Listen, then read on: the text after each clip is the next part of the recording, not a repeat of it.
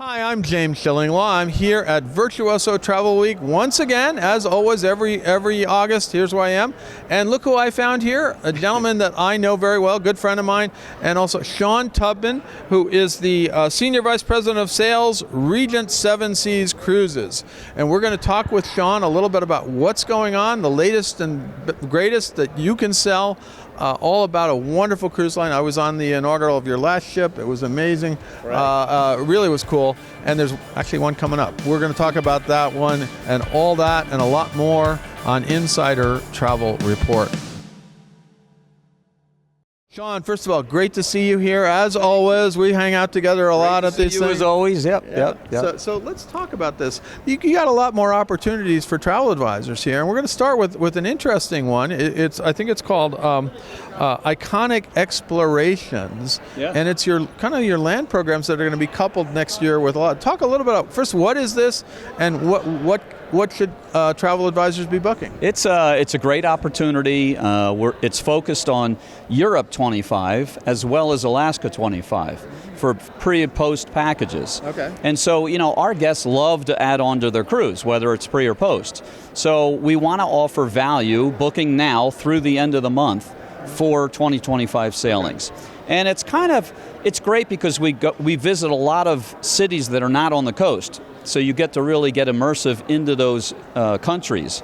And it somewhat gives you the river cruise kind of experience, where we go into Budapest and we go into Baku, Azerbaijan. There's destinations that we have not typically been able to do ourselves, and we're including them in this offer. So it's a great offer for the month of August. So you're not sailing up the Danube, right? We are not doing that. We would go one way. So that's a great opportunity for you and your clients to really explore deeper and get a land-based program as well. So I assume there's easy ways to book that for travel advisors. Correct. Yep. It's just driven by a promo code. Very easy to book, and any of my sales team can help you with that. Now we're almost. It feels we're in August, but we're already obviously booking for 25, even for 26. But what's new and trending for 2025 for Regent 7 Seas? What's hot for 25? We have our standard, Mediterranean, Alaska, and so forth, and we had a really good season in 24. Alaska, we had our, one of our newer ships, Explorer, up there. So by far the best ship plying those waters, and it was really successful season. Next year, the Grandeur is going to be doing Northern Europe. That's cool. As we saw, Virtuoso says Northern Europe, the cool destinations are going to be cool. Right? Yeah, it's trending. So that and South Pacific is trending for us. Asia is always hot. Iceland, still, we have 3 or 4 itineraries in 25 for that too. And that's a wonderful cruise. I've done it once, but I can go back. There's so much more I want to explore there. Yeah, I just did a round trip 10 night out of Reykjavik and Greenland also, and it was cool. Cool. Yeah, very cool. Incredible. Yeah. Now, here's something I want to talk to you about. This is your partnership with Aston Martin and their F1, which you announced a while ago. Let's figure out what's going on with that partnership. It's F1, it's Aston Martin. It's just a really cool thing. What is it all about? It's it's more for the brand itself and to really introduce Regent to more prospects out there. So we like the partnership we have with the Aston Martin team. They're really supportive, and there's a lot of great opportunities for our advisor partners. We're doing a lot of booking contests.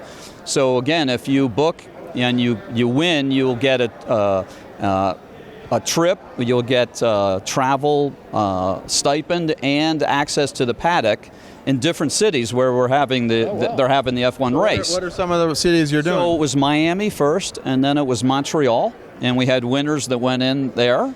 And now we're doing Austin, Texas in October, and we're doing Vegas here in November. Back in Vegas, that race got hot. And originally people were saying, is it going to work? But everybody loved that race. Exactly, right. Like it's really caught fire, yeah. So you got a branding opportunity here, but also an opportunity for you to win if you're an F1 fan, you got to work on this contest, right? Yeah. We like doing booking incentives. We're doing another one right now for the month of August for 24-25 select sailings. Just book and you get an entry into a contest to win free cruises in 25. Yeah. Not a bad deal. So get on that. That's through the end of the month too. That's through the end of the month. So now let's talk a little bit about something I know that's we're all interested in. I feel like we just got off your new ship, but there's one coming up. It's going to be Seven Seas Prestige. Now, who chose that name? That's great. Prestige. That's very luxurious. When is that there ship? You go. I know. Good choice. When is that ship coming out, and what is it going to feature? It's even a new class for you, right? It's a whole new class for us. We're really excited because if you recall, like when we introduced, Grandeur just came out in December, right? You got one new ship. What do you want? Another new ship over there? 23, yeah. And she was the third in the Explorer class. So it was Explorer, Splendor, Grandeur. And when we introduced Explorer, it was a game changer in the industry. The whole platform was so much larger and afforded so many more opportunities for dining and entertainment and space throughout the ship, quiet areas, active areas, and so forth, right? Wider hallways, higher ceilings. It really, you really feel like a luxury hotel on board. Wow.